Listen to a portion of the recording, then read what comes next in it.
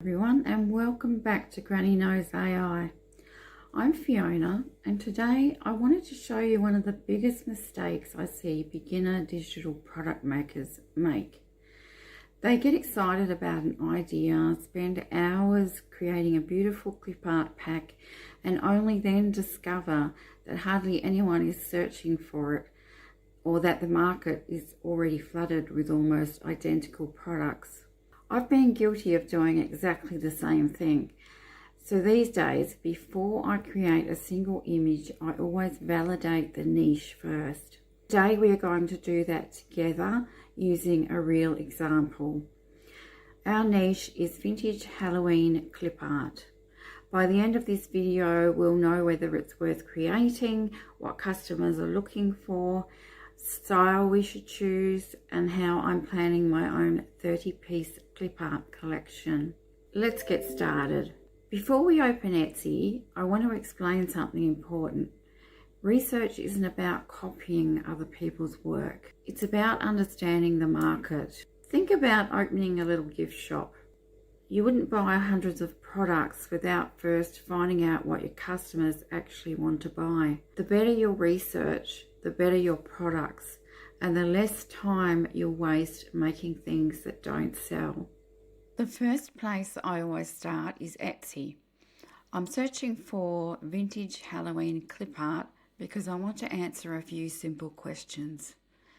Is anyone buying this style?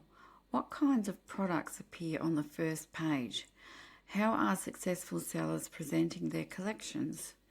What colours and illustration styles keep appearing? I'm not looking for one perfect listing, I'm looking for patterns.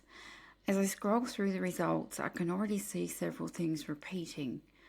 Muted vintage colours, watercolour illustrations, old-fashioned pumpkins, black cats, witches, ravens, potion bottles, vintage labels. Those repeated elements tell me what customers already expect from this niche. I'm also looking at bundle sizes. Are sellers offering 10 images? 30, 50 or 100. That helps me decide what customers see as good value. I also pay attention to the listing cover photos. The best ones usually make it very clear what's included, and they're clean and easy to understand. Presentation matters just as much as the artwork itself. Next, I head over to Pinterest. Pinterest is one of my favourite places to research because people save ideas they're inspired by. When lots of people are pinning similar styles, that's often a good sign that a particular aesthetic is resonating.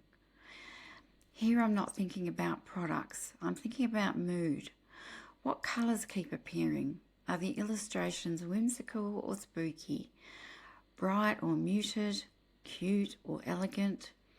For Vintage Halloween, I'm seeing rich autumn tones, faded creams, dusty oranges, aged papers, antique books, black lace, ravens, old apothecary bottles, dried florals and Victorian-inspired decorations.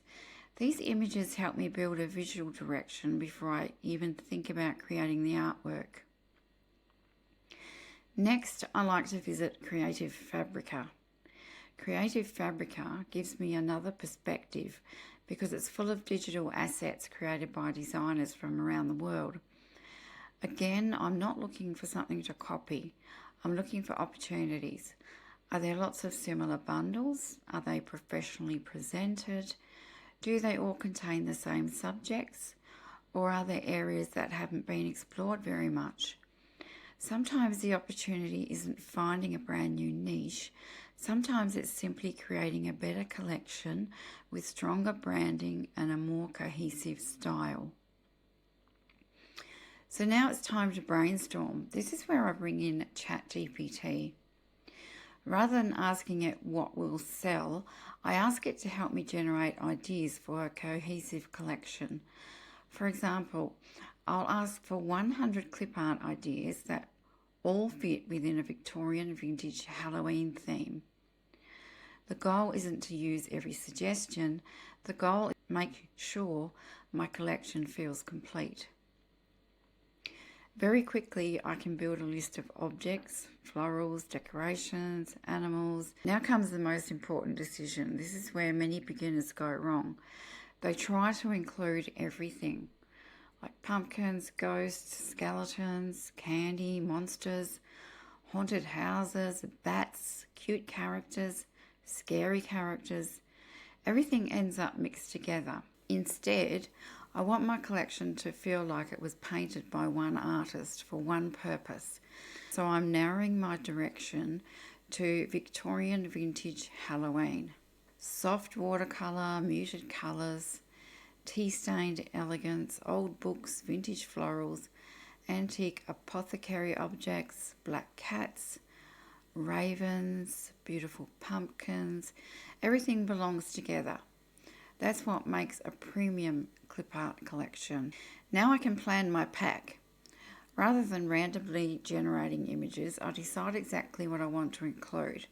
So for my 30-piece collection, I might create 5 pumpkins, 5 black cats, 5 ravens, 5 witches, 5 vintage apothecary objects, and 5 coordinating florals.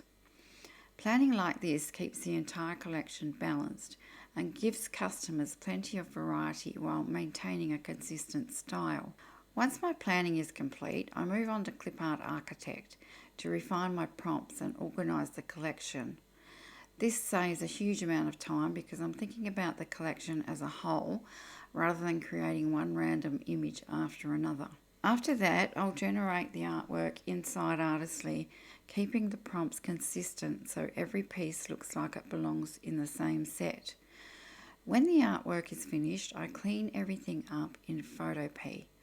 This is where I remove backgrounds, tidy up rough edges, and export clean, transparent PNG files that are ready for customers to use.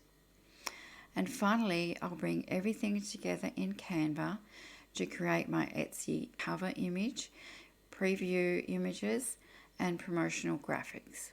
At that point, I'll use my Etsy listing writer to create my title, description, and tags before tracking the product launch beside my Bloom and Sell Etsy planner. Each tool has its own job, and together they create a complete workflow from idea to finished product.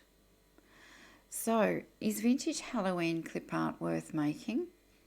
Based on everything we've researched today, I think the answer is yes. There's clear demand, customers already understand this style, there are successful products selling, which tells us buyers exist, and I can already see opportunities to create a more cohesive, premium collection with my own vintage shabby chic aesthetic. Most importantly, I now have a clear plan before I spend hours generating artwork. That's exactly what validation is all about. If you've enjoyed following this process, in my next video I'll actually create this 30-piece vintage Halloween clip art pack from start to finish using Artistly, Photopea and Canva. If you'd like access to the planning worksheet, prompts and extra resources, they're available inside the Digital Design Club.